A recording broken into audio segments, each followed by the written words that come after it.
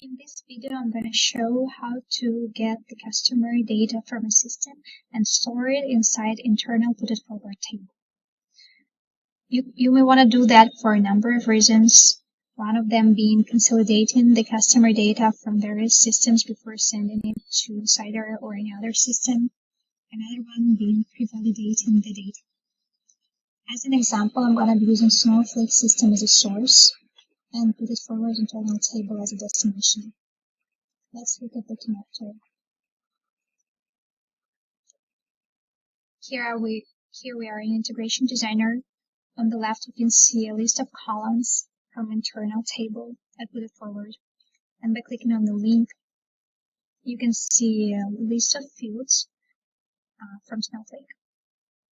You can add or remove these fields depending on business needs. Let's get inside the connector setup and see how it can be done.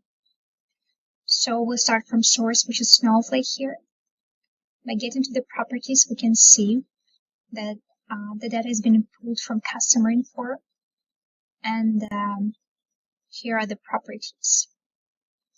By hitting on the edit button, you can add or remove fields as you wish. We're going to be using all the fields available here. And now getting to destination, which is the internal put it forward table. I have created it specifically to store the data from Snowflake system. The table has self-explanatory name, customer info from Snowflake, so it's easy to identify it. Properties are the list of the columns of this table. You can add or remove columns to the table as needed. For example, I want to add a column for country, as that's a new field that has been added to Snowflake, and I wanted it to be in the internal table as well. So it's a free text field for adding column number. And here you can choose which data type it's going to be. So I'm going to choose text because it's going to be a string value. And apply changes. Now I'm just going to go and the field has been picked up automatically because it has been added. At this point, you can also choose what's going to be a unique identifier for your record. You can use one particular field or a combination of fields.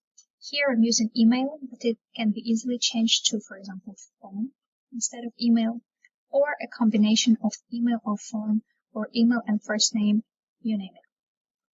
I'm going to keep it as email and save the changes. So we've got a new column that we have just added here at the list of columns for destination. Having only 7 fields in the table, it's easy to map them manually by hitting on the link and choosing the corresponding field. But if you have hundreds of fields, maybe thousands of fields, you would probably want to do it manually. So you can use suggest mapping, which will suggest the mapping based on the analysis of source and destination fields.